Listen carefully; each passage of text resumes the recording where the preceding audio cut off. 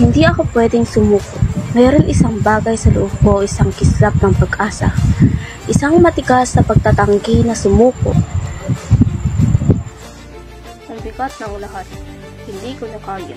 Bawat takbang at parang pakikibaka. Bawat hininga ay isang pasanin. Oo, Lucas, haharapin natin ito ng magkasama at may determinasyon sa puso.